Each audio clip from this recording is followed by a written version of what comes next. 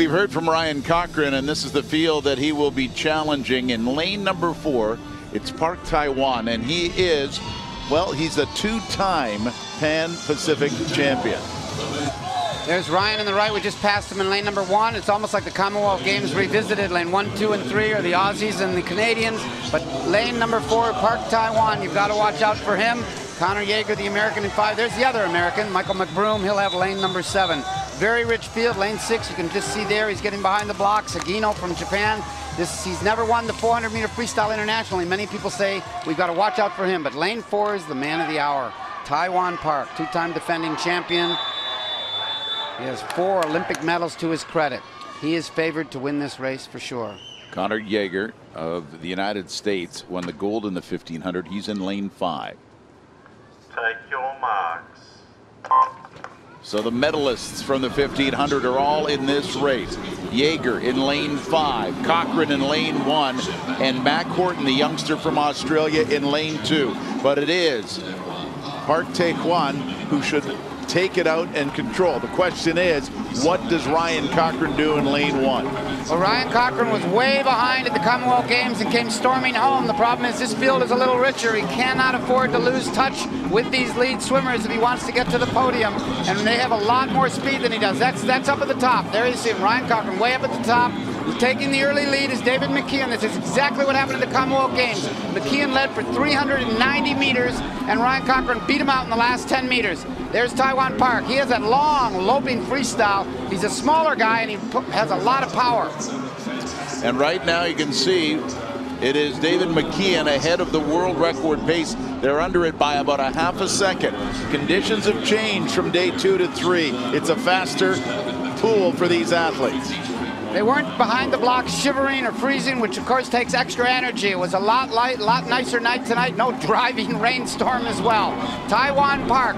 He trains a lot of time in Australia, and they rent him a house. He comes down with his coach and 4 support staff and sports scientists, and he comes down here and trains for the sunshine. And now they're over the world record split. Mackeon, The Van, and Kokrein now has moved into the picture in lane 1, but it's getting very crowded in that number 3 spot.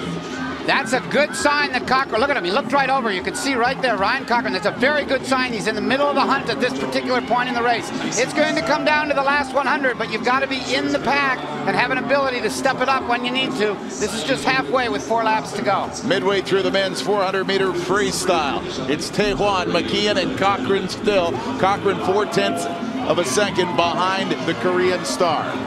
Ryan has struggled in the 400-meter freestyle. He missed the final by hundredths of a second, both in 2008 and 2012. And at the World Championships, he was 4th, just missing a medal. So look at him. You can see Ryan Kokrein. He's a racer. He loves to look at the other racers, and he's looking over to see where they are. Ryan Kokrein told our Jackie Redmond he was going to go all out in the 400. And right now, he has slipped away from the top 3. The Van, Ягер, and Mackeon coming now, trying to finish the 300-meter mark of this race. That's Ягер now, the American. He's on the right of The Van Park. He's the man that won the 1500-meter free. That was the first time an American had won an international 1500-meter freestyle in 30 years, so he's very hepped up. He's in lane number 5. Park in the lead. Ryan's still in touch, but he's going to have to start to put on a move. At 300 meters, it's Park, Ягер, and now Hagino that you said to watch out for. Ryan Kokrein of Canada is in lane 1, the top of your screen. He's really got to take it out now in the final 100. Yep, it looks like he's laboring a bit. Ryan Kokrein up on lane number 1. He's going to have to move a lot quicker and faster now, because these 3 boys in the middle are starting to make a huge move away from the rest. It's The Van Park. Nobody's touching him. Look at that fluid movement of his stroke. And then you've got Ягер, the American, and Hagino, the Japanese swimmer. Ryan's back and forth. He's going to have to move. Final 50 meters of the men's 400-meter freestyle. It is the Korean star, Park The Van. He is well in front. The question is, who'll take silver and bronze? Ryan Kokrein in lane 1 has tried to pick up his pace, but he's in 4th right now. Hagino is in lane 6, Ягер in 5. It is going to be Park The Van. Then it will be Hagino, the Japanese star, Ягер in 3rd, and Ryan Kokrein missing the medals in the men's 400-meter freestyle. He came in with all the credentials, and he certainly did the job. 3:43.15. That's 8 years of dominance for Park The Wan. He won this 8 years ago, he won it 4 years ago, and he comes back here and repeats. A lot of people were wondering because he scratched the 200 freestyle, pulled out 2 days ago.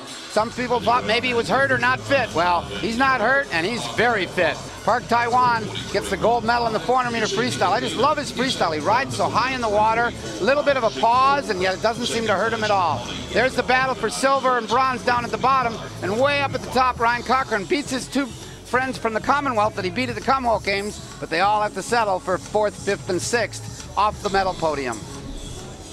The gold in the men's 400-meter freestyle goes to Park The Wan of Korea. Hagino adds another medal with a silver. Conor Ягер the bronze, and Ryan Kokreyn just missing in 4th place. We've heard from Ryan Kokreyn, and this is the field that he will be challenging in lane